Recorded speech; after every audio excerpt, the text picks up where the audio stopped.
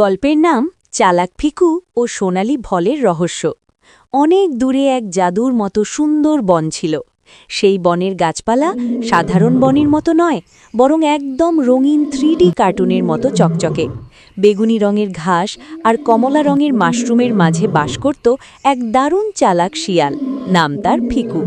ফিকুর চেহারাটাও ছিল দেখার মতো, বড় বড় মায়াবী চোখ, চকচকে লাল লোম আর ঠোঁটের কোণে সব সময় লেগে থাকত এক দুষ্টু মিষ্টি হাসি।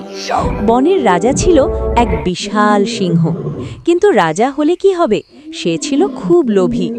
একদিন ফিকু দেখল সিংহ রাজা বনের সব নিরীহ প্রাণীর খাবার জোর করে কেড়ে নিয়ে নিজের কাছে জমা করছে।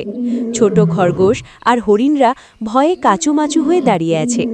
ফিকু ভাবল, না, রাজামশাইকে একটা শিক্ষা দিতেই হবে। সে সিংহের সামনে গিয়ে বিশাল এক নাটক শুরু করল।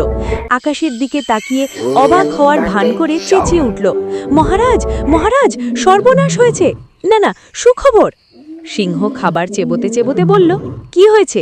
এত চেঁচামেচি করছিস কেন? ফিকু বলল, মহারাজ, উপরের দিকে তাকান, আজ আকাশ থেকে জাদুর সোনালি ফল পড়ছে।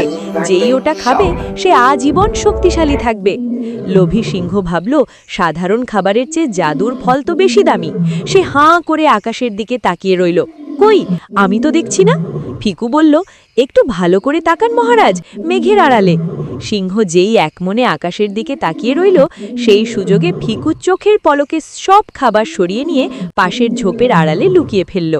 কিছুক্ষণ পর সিংহ ঘাড় নামিয়ে দেখল, সোনালি ফল তো নেই, তার জমানো খাবারও গায়েব।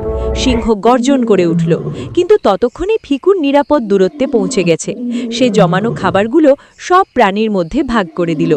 বনের সবাই ফিকুর জয়ে খুশিতে নাচতে লাগল। সেদিন ফিকু সবাইকে বুঝিয়ে দিল, গায়ের জোরের চেয়ে বুদ্ধির জোর অনেক বেশি।